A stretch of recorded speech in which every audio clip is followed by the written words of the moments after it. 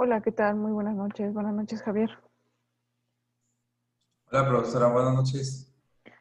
Bien, pues vamos a dar inicio con esta sesión clase de Derecho Penal uno en relación y en continuación con lo que estamos viendo en la sesión clase pasada. Mencioné en esencia pues cuatro principales teorías que me gustaría agotar dentro de lo que es este apartado, teorías del delito, en esencia para poder comenzar con, obviamente, pues todas las características, los aspectos tanto positivos como negativos, elementos normativos del delito, todo esto pues parte de lo que es la teoría del delito y los principios de estudio para poder desarrollar un derecho penal pues más adecuado y saber la normatividad y obviamente el sistema jurídico aplicable en México.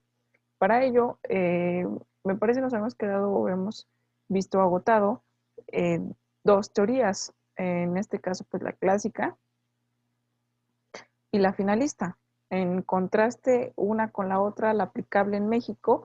Sin embargo, al último y derivado también, me parece que de una de las dudas que tú tuviste, fue en relación a uno de los ejemplos, ¿no? Que me parece, mencionaste una carambola dentro de lo que es la atribución de la culpabilidad, que lo que estamos buscando es el elemento, uno de los elementos que estamos intentando descubrir o atribuirle a cada una de las teorías, ¿no? Es por ello que en esta sesión clase la finalidad es precisamente el estudio de uno de los eh, o de las herramientas teóricas también que nos brinda pues una de las principales casas de estudio en relación de las universidades, que es la UNAM. Aquí viene, inclusive, pues viene la localización del archivo y todo, y me pareció muy interesante, de hecho va a estar a disposición en la plataforma, tanto en la plataforma como obviamente pues en la biblioteca virtual de la UNAM es posible pues conseguir este y otro material o más material en relación a la teoría del delito y a lo que estamos viendo actualmente. Sin embargo, bueno, a raíz de esta parte, pues me gustaría ahora sí, partiendo justo del punto último que tocamos la sesión clase pasada, hace una semana, partir de ahí, sale de ahí relacionado pues con la teoría clásica, pero ahora con la neoclásica o la nueva clásica, ¿sale?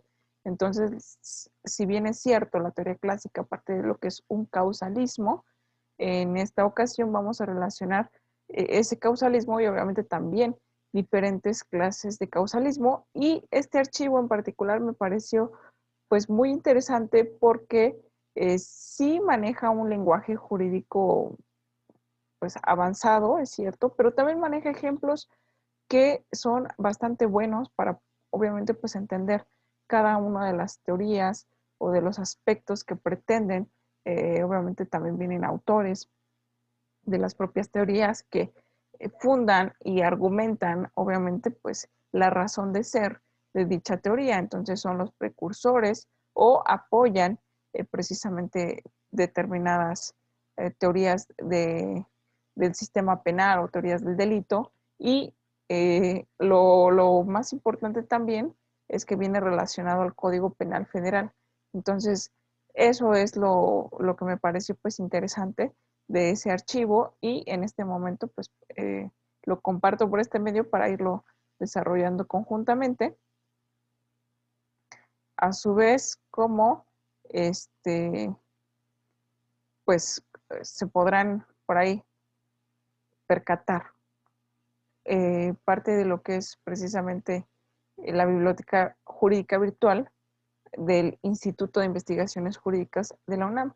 Viene obviamente pues la dirección o el enlace donde lo podemos encontrar y obviamente también un libro completo en donde viene obviamente pues todo muy desarrollado, cosa que también pues recomiendo, ¿no? Para efecto de pues continuar o entender este tipo de teorías, pero en este caso es un formato pues bastante, eh, yo creo corto, son 14 páginas, pero aquí nos plantea algo muy interesante que es precisamente la evolución, el mismo tema lo dice, evolución del causalismo al funcionalismo, que es otra de las teorías que me parece, si no mencioné o mencioné, solamente quedó en eso. Entonces, no quise entrar desde el principio a fondo, a detalle de las 4 teorías, menciono 4 teorías que me interesa pues observar, porque pues por la importancia que tienen, que resultaron, inclusive por la aplicabilidad actual aquí en México, la vamos a poder detectar obviamente pues muy bien y obviamente pues son 4, ¿no? Principales, que es la clásica, la neoclásica, la funcionalista, como aquí lo implica este texto, que esa es la que no, pues no me metí a detalle, me parece ni siquiera la expliqué en su momento, o sea, de forma somera, al menos, pero hoy en esta sesión clase sí lo voy a hacer, ¿sale? Entonces, ¿por qué? Bueno, pues porque aquí viene una evolución de lo que es el causalismo al funcionalismo y obviamente pues en la legislación penal mexicana también observar su aplicabilidad, que es lo importante, ¿no? De hecho, pues podemos observar distintas teorías que inclusive eh, parten de ser del derecho comparado, es decir, son en realidad aplicables o son más adaptadas a otros sistemas jurídicos, como por ejemplo el anglosajón, ¿no? Este, mm, pues es un sistema distinto, sin embargo, en el ámbito penal, creo que de una forma procesal, ojo con lo que estoy diciendo, de una forma procesal, nos hemos estado adaptando. Inclusive quiero mencionar que el sistema de justicia penal mexicano, el actual, que partió de una reforma de un sistema acusatorio, adversarial, oral, dejando a un lado, desplazando el sistema inquisitivo, me gustaría también en su momento al menos mencionar, ¿no? Ya desarrollar una parte procesal, eso ya no es correspondiente a esta asignatura, sino más adelante, pero una vez que veamos la parte sustancial de la misma para poder ahora sí aplicarla en procedimiento.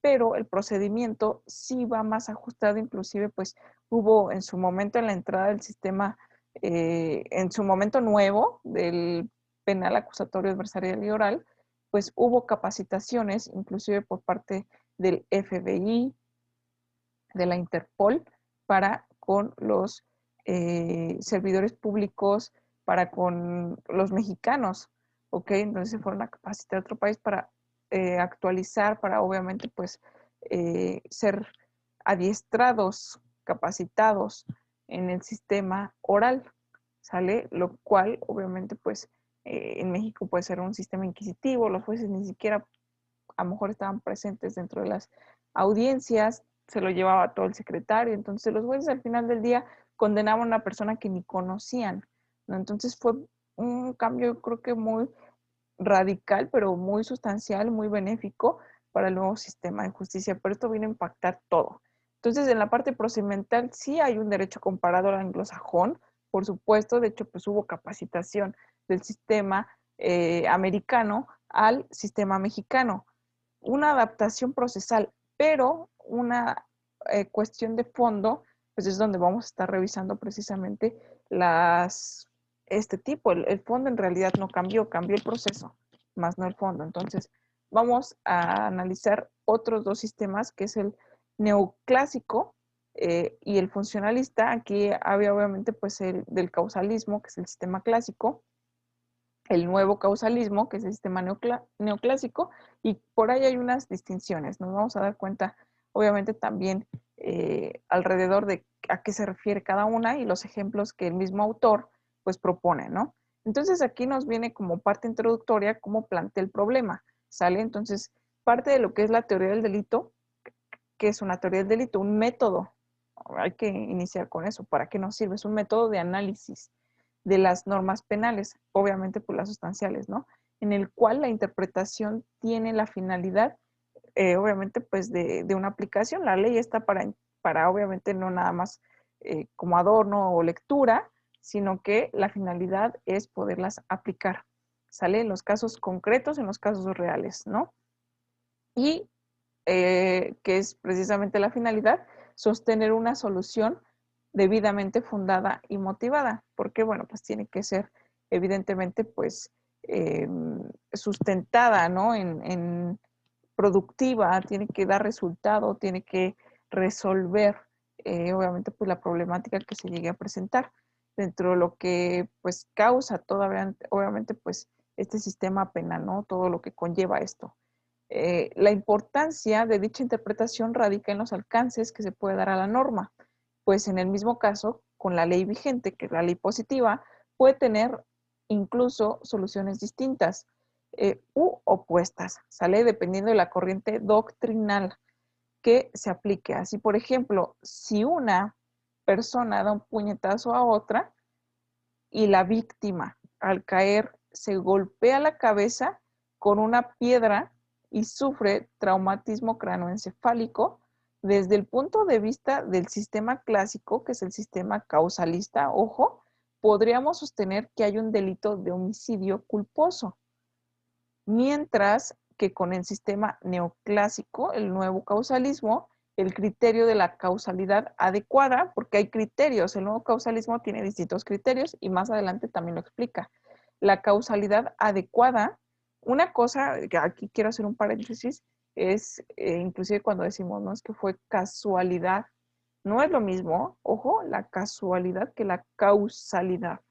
Entonces, hay que entenderlo desde ahí, ¿no? Desde ese punto de vista, que no estamos hablando de, a lo mejor, una distorsión a la palabra o un error, inclusive de pronunciación, ni de escritura, no es lo mismo una casualidad, lo que conocemos, obviamente, pues como una serie de factor sorpresivo que no se tenía ni siquiera estaba planificado, no se tenía contemplado, es sorpresivo, entonces tiene características diversas a la causalidad. ¿Sale? Entonces, eh, aquí hay distintos criterios. Y ojo, ¿por qué? Desde el punto de vista del neoclásico, adecua, obviamente, pues solo permite sostener un delito de lesiones leves dolosas, porque aquí no está ni siquiera mencionando pues una muerte, ¿no? Provoca un traumatismo cranoencefálico a causa precisamente de ese golpe, de ese puñetazo, de ese primer golpe, ¿no? Pero que pues ocasionó precisamente esto último. Entonces, si lo vemos desde ese punto de vista, el delito serían lesiones leves dolosas, ¿no? Lo cual solo implica delitos distintos y en el otro sistema, pues ahora estamos hablando de un homicidio culposo. Obviamente cambia muchísimo, ¿no? Ustedes dirán, bueno, pues qué importancia tiene el estudio, obviamente, de estos sistemas o de estas teorías o de estos criterios de interpretación de la normatividad penal. ¿Cuál es la finalidad? Evidentemente, esto es el inicio para sostener una teoría del caso. ¿Qué es una teoría del caso? Pues este conjunto de argumentos, de situaciones, de circunstancias, obviamente también ajustadas al derecho penal, a la norma penal, que interpretadas desde un punto de vista o desde una postura, obviamente, pues, independiente a otras interpretaciones, podemos formular una serie, obviamente, pues, hechos circunstanciados favorables a nuestro punto de vista. ¿Por qué favorables? Esto independientemente, pues, va originado a la postura que conllevemos dentro de lo que es inclusive, pues un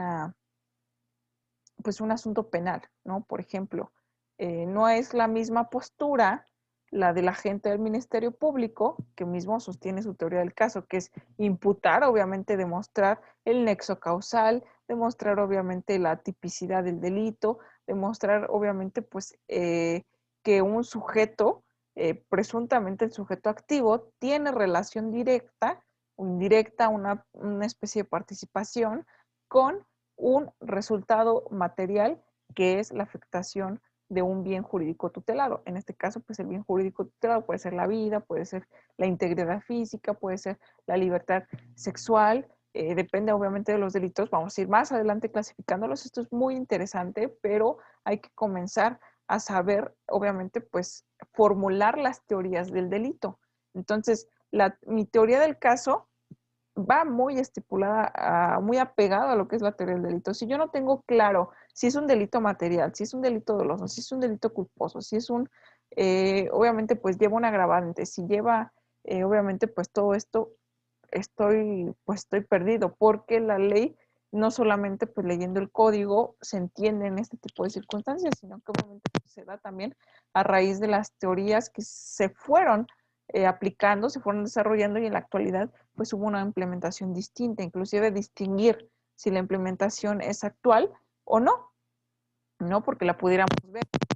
También, no es la misma, repito, no es lo mismo la postura de la gente del Ministerio Público que una postura, una teoría del caso de la defensa, que evidentemente pues su postura es eh, llevar, ¿no? A demostrar, obviamente a tirarle la teoría del caso a la gente del Ministerio Público. ¿Por qué? Porque existen inconsistencias, porque no se acredita, obviamente, pues algún elemento, falta algún elemento. Entonces aquí estamos en el estudio de los distintos elementos y si en algún momento ya en la práctica observamos que obviamente la suma de estos criterios no da como resultado, obviamente, pues el nexo causal, o ni siquiera se acredita la tipicidad del delito, obviamente, o no se le atribuye al sujeto que se pretende atribuir, entonces ahí ya estamos del otro lado como defensa. Un caso distinto a si fuésemos asesor jurídico. Entonces, cada una de el asesor jurídico, pues es el coadyuvante del Ministerio Público. Entonces, el Ministerio Público, obviamente, pues tiene la carga de la prueba en contra del imputado, ¿no?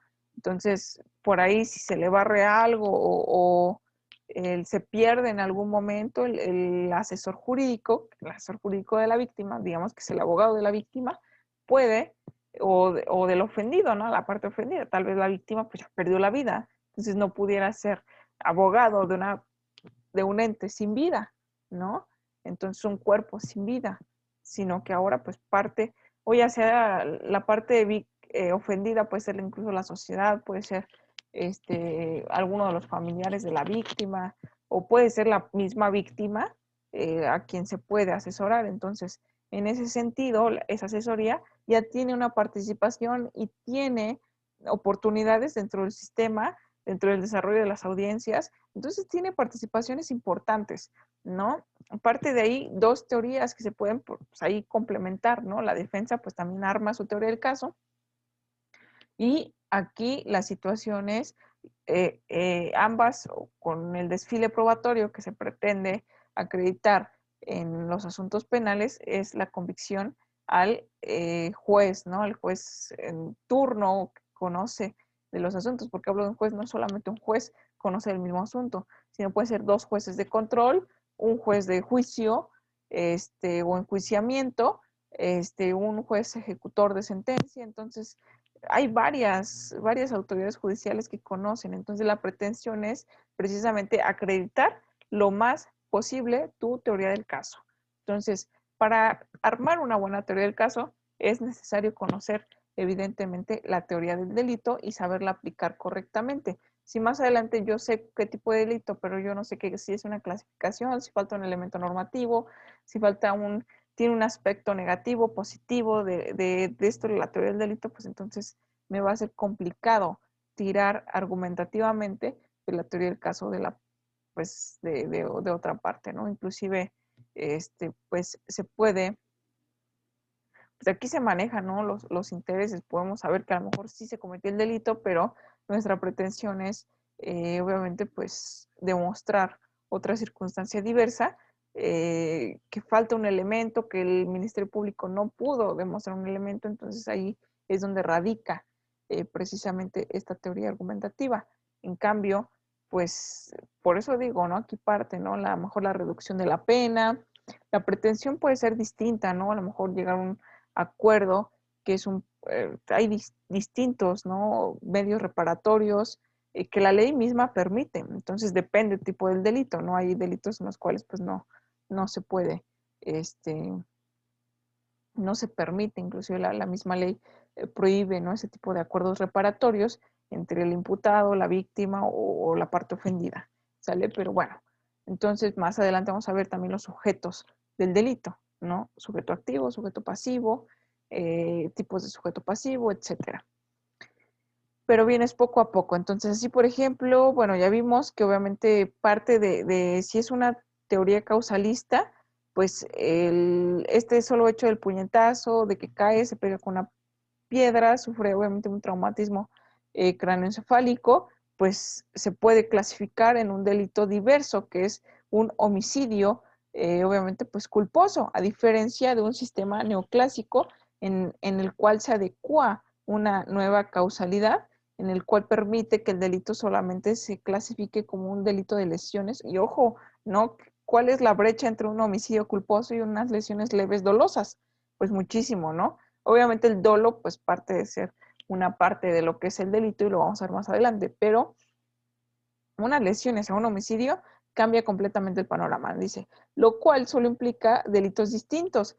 No solo implica delitos distintos, sino también sanciones privativas desproporcionadas de libertad. Por supuesto que es mucho más grave o es más agravado pues un delito de homicidio que unas lesiones y obviamente también implica la clasificación de las lesiones.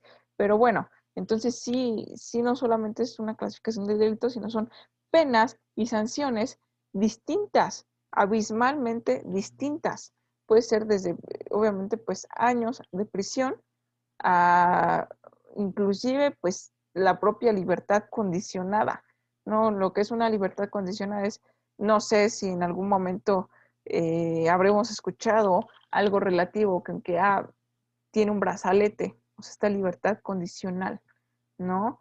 Eh, un bra Tal vez reos, ¿no? Que conozcan, o incluso en películas, ¿no? Vienen con brazaletes, pero que están en libertad. Entonces, sí es posible, ¿por qué? Porque es una medida. En algún momento, bueno, pues también se ha escuchado de ir a firmar al juzgado cada cierto tiempo. Entonces, son libertades condicionadas, ¿no? De hacer, obviamente, pues trabajo comunitario, etcétera. Y esto depende muchísimo del tipo de delito. Entonces, que mi pena, mi sanción sea de que me priven de la libertad hasta que pueda inclusive salir bajo una condición, cambia totalmente el panorama. Entonces, por eso es importante, ¿no? Observar y estudiar y analizar este tipo de circunstancias. En el primer caso, la pena sería de 12 a 24 años de prisión, según aquí el artículo 307 del Código Penal Federal. Pues aquí para abreviarlo, en adelante, Código Penal Federal es CPF. Entre tanto que el segundo tan solo sería de 3 a 8 meses de prisión, y aquí viene también el fundamento jurídico, que es el 289 del Código Penal Federal, ¿sale? Aquí igual, si más adelante, aquí tengo también abierto inclusive el Código Penal Federal actualizado, hay que verificar normalmente la actualización del Código Penal y obviamente pues sí van a decir, bueno, ¿qué de actualización tiene? Sí, aquí me estipula que obviamente pues la publicación fue el 14 de agosto de 1931. Sin embargo, que sea la publicación en un año y las reformas en otro, obviamente la última reforma publicada al 2021, ¿no? Entonces el texto vigente pues parte de ser distinto, ¿no? Entonces, bueno, pues vamos a regresarnos un poquito de este lado y obviamente vamos a estarlo relacionando muchísimo con el Código Penal Federal, pero aquí implica lo siguiente. En México, la doctrina se divide entre quienes seguían a los postulados del sistema neoclásico, obviamente pues el nuevo causalismo, como ya bien he comentado, desarrollados por Edmund Mesmer alrededor de 1940, pero con la reforma de los artículos 16 y 19 de la Constitución Política de los Estados Unidos Mexicanos, que es nuestra máxima norma, en adelante, Constitución, bueno, la abreviatura, ¿no? Constitución Política de los Estados Unidos Mexicanos, así se abrevia. De 1993 se sostuvo que habíamos adoptado, ojo con esto, el sistema final de acción y posteriormente se afirmó que ello nos había generado fallas en el sistema de justicia penal y vamos a revisar por qué las fallas, ¿no? Por ello, consideró conveniente hacer un breve recorrido histórico de legislación, o bueno, de la legislación penal mexicana para identificar si metodológicamente hemos adoptado alguno de los sistemas penales desarrollados en Alemania, a saber, clásico, neoclásico, final o funcional. Son los 4 que me interesa observar. Entonces, este documento tiene esos 4 porque son los principales. Pueden existir otros, inclusive no estoy diciendo que única y exclusivamente existan estos, porque existen otros postulados, otras teorías, obviamente otros autores, otros precedentes. Evidentemente sí los hay, sí los existen, pero los más importantes en México son estos 4. Analizar precisamente el desarrollo de estos 4 principales, ¿no? Y que son desarrollados o fueron desarrollados en Alemania. Entonces, el sistema clásico neoclásico en la legislación penal mexicana, es decir, el causalismo y el neocausalismo en México. A principios, ya lo traté en la sesión clase pasada, de hecho el nuevo causalismo mencioné que era la causa de la causa, es causa de lo causado. Pareciera un trabalenguas, una cuestión inclusive complicada, ¿no? De empezar a entenderlo, a desarrollarlo, como que la causa de la causa, pareciera que estoy repitiendo innecesariamente la parte de la causa, ¿sale? Pero esto tiene muchísimas implicaciones y vamos a ver pues paulatinamente de qué se trata esto. A principios del siglo pasado, Franz von Liszt, un autor que ya mencioné, y Ernest Belling concibieron el delito como una conducta típica, antijurídica y culpable. Entonces, mencionamos 4 de las 5, podemos decir que partes de lo que es el delito o inclusive pues mencionábamos, ¿no? Las definiciones o distintas definiciones de lo que es un delito. Entonces, ¿qué es una conducta? Una conducta que es una conducta típica, ¿sale? Que es una conducta antijurídica, que es una conducta culpable. Entonces, la suma de estos 4 factores me daba además una punibilidad. Entonces, todos estos factores, si acredito que falta alguno de ellos, la sumatoria sencillamente no me puede dar como resultado la punibilidad, es decir, que sea sancionado, que sea penado esta parte, ¿no? Esa es la parte de la punibilidad.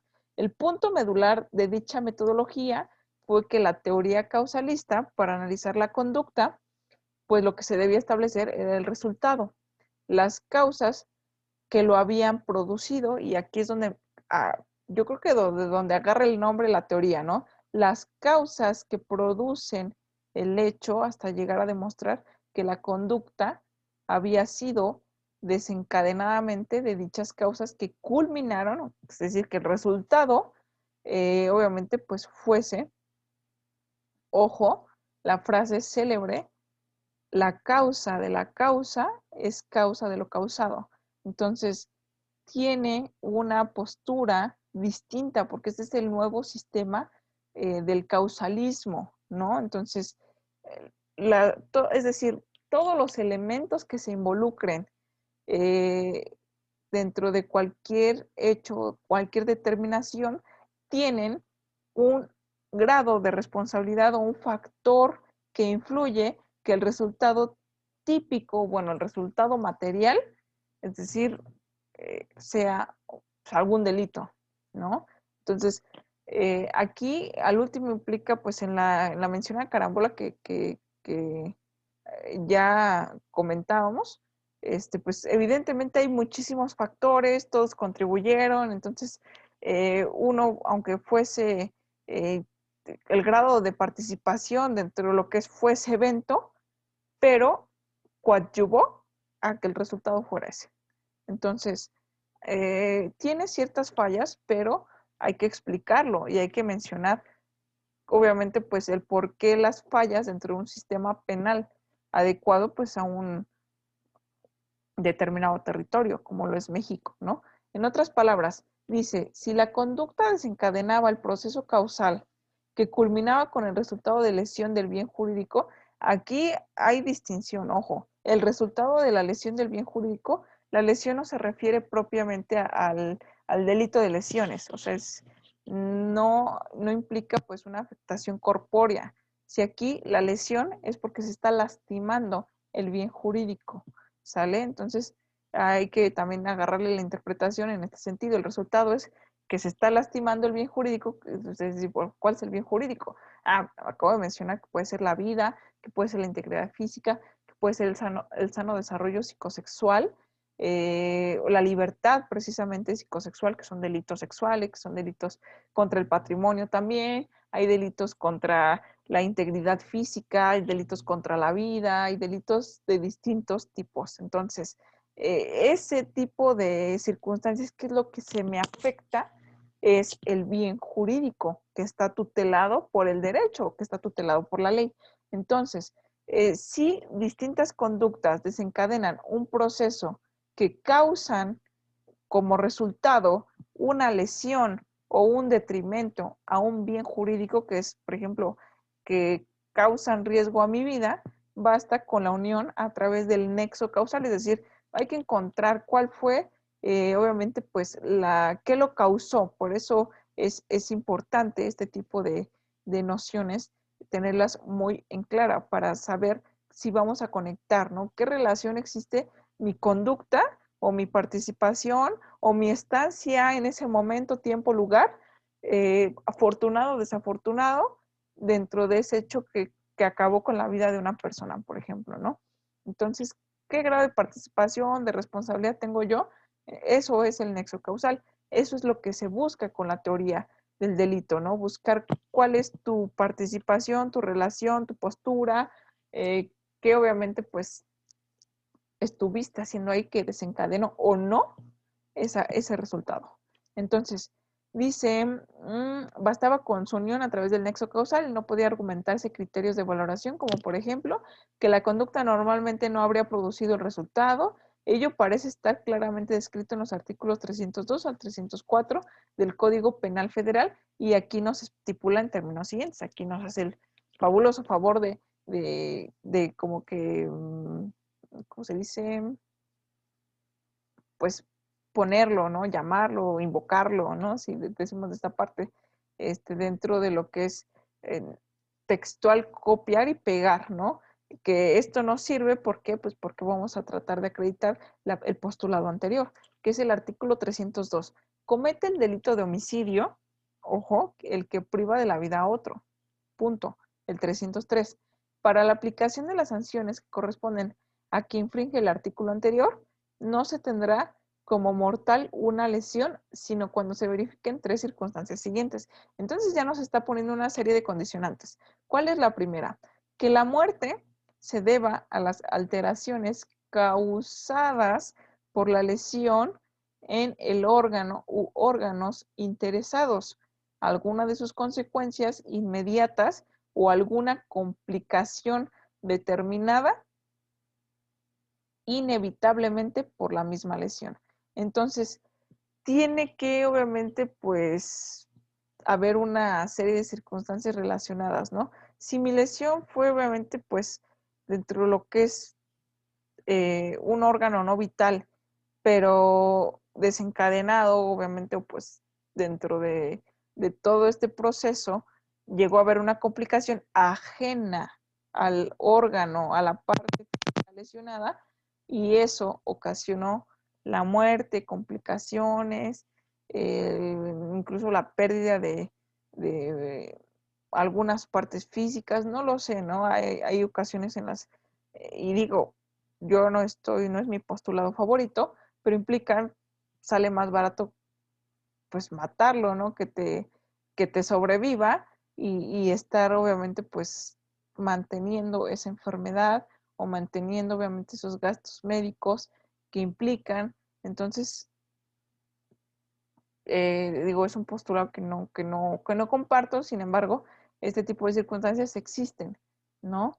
Entonces, lamentable o afortunadamente, eso depende del punto de vista de cada quien, existen. Entonces, si no terminas con la vida de una persona, pero queda una afectación de por vida, pues por supuesto que hay consecuencias que hay que cargar con esta parte, pues para la parte que se acredite un nexo causal con una persona que fue responsable, que fue partícipe, por supuesto que existen consecuencias al final del día, ¿no? Que se pueden reflejar en muchos, pues, en muchas formas, ¿no? Desde pues penas de la reparación del daño, desde esto, desde lo otro, entonces multas, ¿no? O sea, es una implicación amplia, ¿no? Dice, bueno, aquí la continuación de alguna complicación determinada, inevitablemente, perdón, por la misma lesión, y que no pudo combatirse, ya sea por ser incurable, ya sea por no tener alcance los recursos necesarios. La segunda condicionante se derogó, que quiere decir la derogación, dejó de tener vigencia, dejó de ser aplicable. La tercera es, si se encuentra el cadáver del occiso, declaren dos peritos, los peritos son los profesionales en determinadas materias, después de hacer la autopsia. Yo creo que inclusive aquí me gustaría sí hacer el énfasis que hoy día, para interpretaciones inclusive de lo que se refiere con la autopsia, hoy día es una necropsia, ¿sale? Porque inclusive la palabra, si lo definimos etimológicamente, la autopsia es auto, hacer yo mismo. Yo mismo, si estoy privado de la vida, no puedo estar haciendo, obviamente, pues ese tipo de circunstancias de pues, la apertura del cuerpo, de observar, obviamente, y analizar el cadáver, las causas que dieron origen a la muerte o desarrollaron o que tuvieron ese desenlace, ¿no? Entonces, para ello se requiere pues especialistas, peritos, como bien lo indican, que lo acrediten, que regularmente son médicos legistas, ¿no? Que obviamente pues clasifican, bueno, pues la causa de la muerte fue esto, esto y esto, ¿no? Que lo desarrolló, que lo desenfrenó, que fue, que no fue.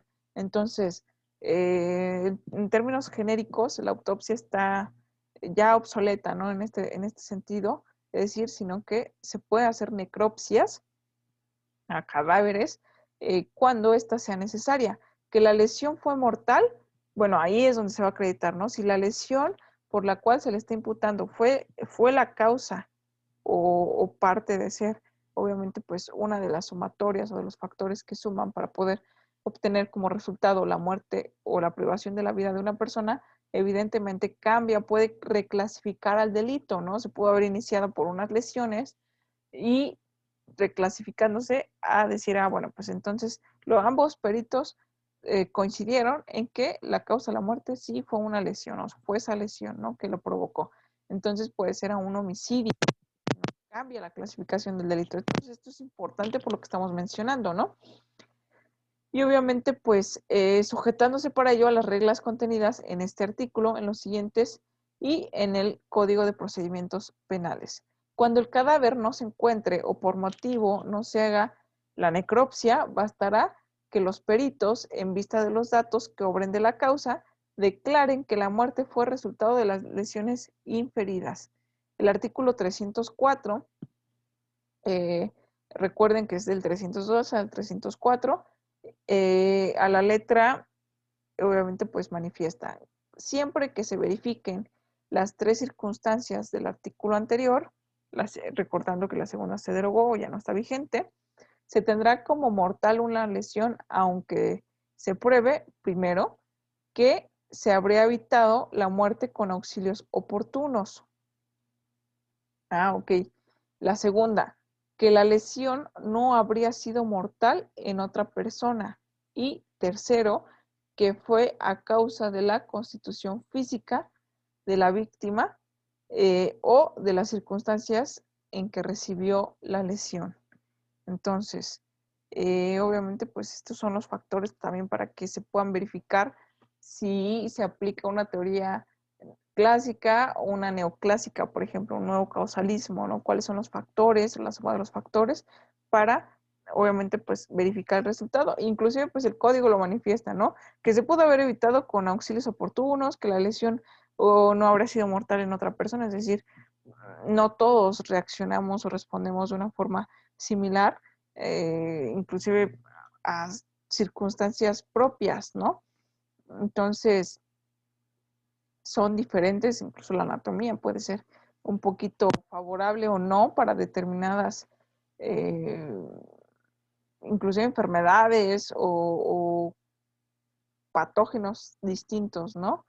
Sin embargo, dice el mismo artículo 303, fracción tercera, párrafo segundo, muestra que el causalismo no fue seguido por el legislador penal mexicano en sus fundamentos, pues según dicha teoría, el resultado debía ser verificado, es decir, comprobado, ya que precisamente se recurrió a dicha teoría para dar el sustento científico natural que se exigía en aquel momento histórico y que por ello sería inaceptable para el causalismo el emitir un peritaje que confirmara la muerte sin tener el cadáver para practicar la necropsia. Ojo aquí, la ley todavía la estipula como autopsia, perdón por hacer énfasis en esto, pero, y esto es, aquí está escrito obviamente así, el legislador lo plasmó, y es distinto, es diferente llegar a cambiar tal cual porque tiene que ser reformado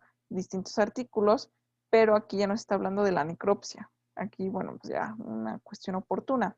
Entonces, en cambio, el sistema neoclásico, que es el nuevo causalismo, sometió las 4 categorías del delito. ¿Qué fue una conducta? Esa conducta está adecuada obviamente, pues a un delito, es decir, se encuadra en el tipo penal, que es la tipicidad, ese encuadramiento va contra la ley, es decir, es antijurídico, y hay culpabilidad dentro de lo que es, obviamente existe este nexo causal entre el resultado material y el sujeto que se le pretende atribuir, que es la culpabilidad, es lo que se pretende acreditar, a un criterio superior de valoración, en el cual se vio reflejado que el análisis de la conducta con la teoría de la causalidad adecuada, es decir, ya no bastaba establecer que la conducta había sido objetivamente la causante del resultado, sino que además se requería establecer en cualquier persona que cualquier persona identificara dicha conducta como la adecuada para producir el resultado. Así, por ejemplo, si una persona, y aquí es donde viene el ejemplo, si todo esto parece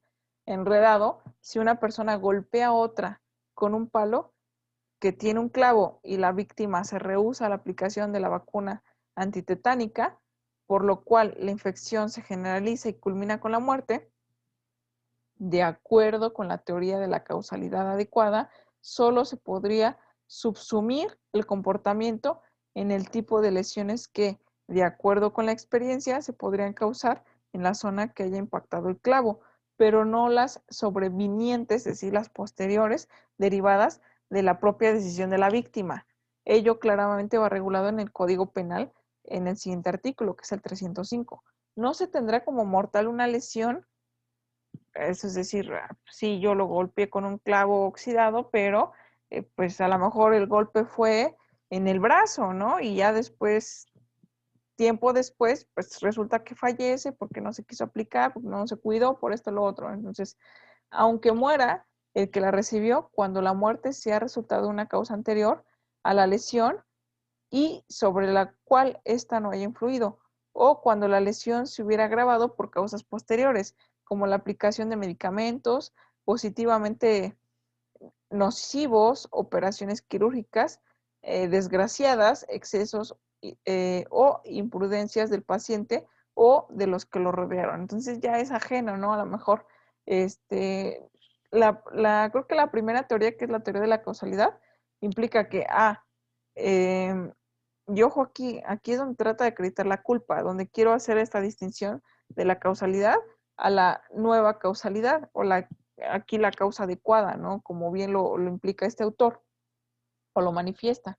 Porque la primera, que es la clásica, la causalidad dice, bueno, si en un principio tal persona no hubiese golpeado a otra con un clavo oxidado, no hubiera desarrollado o no se hubieran manifestado las circunstancias adecuadas para que pues la persona tuviera que aplicarse una vacuna antitetánica o que entrara a quirófano o que pues tuviera algún tipo de imprudencia después o que consumiera un medicamento que a lo mejor resultó ser alérgico y eso lo complicó todo y resultó al final la muerte a lo mejor de una conducta que no tenía pues la intención de producir ese resultado, sin embargo, pues la suma de todas esas causas lo produjo. Entonces, sí existe una culpabilidad, ¿no? Porque si eso no se hubiera evitado desde un principio, no hubiera desencadenado el efecto dominó, como lo acabo de mencionar, entonces no se hubiera producido la muerte. Entonces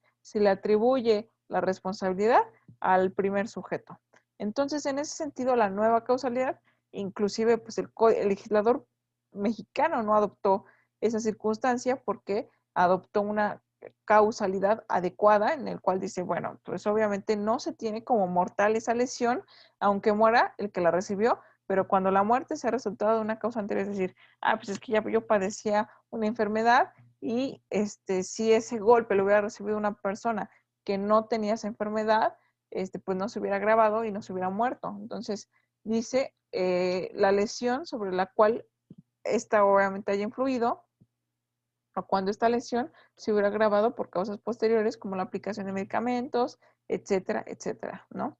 Entonces, eh, continuando con esta parte, bueno, espero que hasta el momento se esté comprendiendo un poquito más, digo, un poquito más este aspecto, que es obviamente la diferencia. Me gusta o me gustaría que quedara claro ya, obviamente, pues la distinción entre la teoría causalista y la neoclásica o la nueva el nuevo causalismo o causalismo adecuado, por aquí la causalidad adecuada, ¿sale? Entonces, que es lo mismo que el nuevo causalismo, que es la teoría neoclásica, lo nuevo clásico. Entonces, lo nuevo clásico, el neocausalismo y la causalidad adecuada básicamente es lo mismo, pero tiene una diferencia con la teoría clásica. Entonces, no sé, Javier, si por ahí existe alguna duda o si se está entendiendo la diferencia hasta el momento entre una y otra. Si no, pues para detenerme y poner pues, más ejemplos, no hay problema. Antes de que culminemos esta sesión.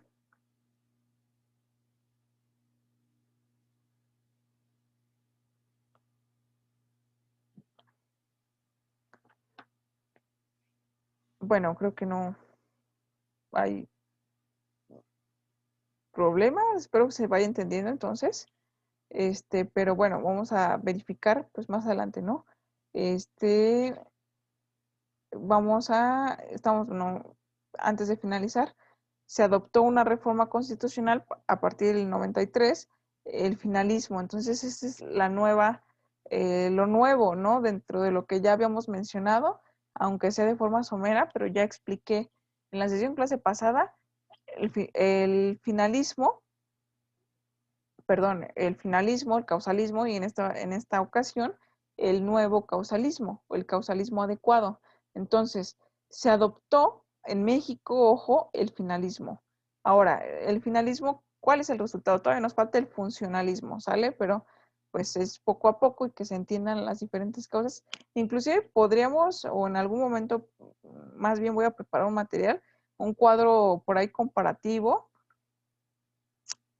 o ustedes lo van a preparar, en el sentido de que se puedan al menos diferenciar estas cuatro sistemas, estas cuatro teorías, en el cual, bueno, pues vamos explicando, tal vez con nuestras propias palabras, a raíz de un ejemplo, cuál es la distinción entre cada una de ellas para que nos quede todavía más claro y pues podamos ir entendiendo pues poco a poco, porque si no queda totalmente claro, entonces nos vamos a atorar más adelante, ¿no? Y esa no es la finalidad, sino que, bueno, antes de terminar, el 3 de septiembre del 93 se reformaron, entre otros, los artículos 16 y 19 de la Constitución Política de los Estados Unidos Mexicanos, que sustituyen el cuerpo del delito por los elementos del tipo penal en los términos siguientes. Artículo 16 constitucional. Nadie puede ser molestado en su persona, familia, domicilio, papeles, posesiones, sino en virtud de un mandamiento escrito ante la autoridad competente que funde y motive la causa legal del procedimiento.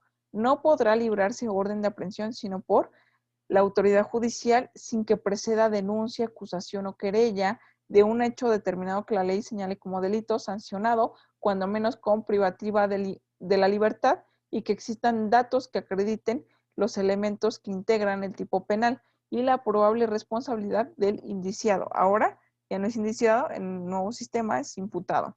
Artículo 19. Ninguna detención ante autoridad judicial podrá exceder del término de 72 horas a partir de que el imputado sea puesto a su disposición. Me parece sigue existiendo la palabra indiciado en la Constitución, sin que se justifique con un auto de formal prisión. Esto falta una actualización porque sí, en efecto, ya no es un auto de formal prisión, sino es un auto de vinculación a proceso.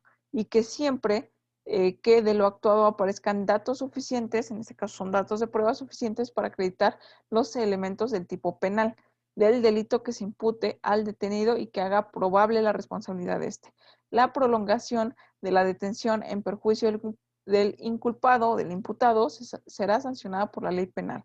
Entonces, pues aquí nos implica muchísimos aspectos en el cual obviamente pues adopta a una, aquí esto es más procesal que nada, ¿sale? Pero menciona evidentemente precedentes como la acusación, obviamente pues una denuncia, datos suficientes que acrediten elementos del tipo penal del delito que se impute al detenido. Entonces, si no acredito esto, va para atrás el proceso, ¿eh? Entonces, es muy importante, pues, entender la teoría del delito o los elementos del tipo penal para que un proceso tenga un buen desarrollo. ¿Sale? Desde el punto de vista del que lo estudiemos y que veamos, inclusive la parte juzgadora, el acusado, la defensa, el Ministerio Público, el asesor jurídico, que es el abogado de la víctima. Entonces, todo esto, pues tenemos que tener claro todo, obviamente los elementos del tipo penal, para cada uno defender o acreditar su teoría del caso. Por el momento, hasta aquí le dejamos, continuamos la sesión clase próxima, en donde ya vamos a dar esa pauta para acreditar tanto la teoría del funcionalismo, que esa no la hemos desarrollado todavía, con la del finalismo y relacionarnos con estas dos que vimos el día de hoy y desarrollar ya o ver totalmente las cuatro y poder tener los elementos necesarios para poder hacer nuestro cuadro comparativo. ¿Sale? Mientras tanto, esténse al pendiente de la tarea de esta semana, una tarea breve, pero sí, pues para que no, el mismo consejo de siempre, ¿no? Que no se nos junte la tarea, porque si no luego sí es un poco pesado, ¿no? Poder estar haciendo todo al final o que se nos junte y sí es más tedioso en ese sentido. Entonces, pues agradezco eh, la atención y pues estamos a la orden, ¿no? Nos vemos la próxima semana. Que pasen una excelente noche. Hasta pronto. Hasta luego, profesora. Buenas Hasta noches. luego.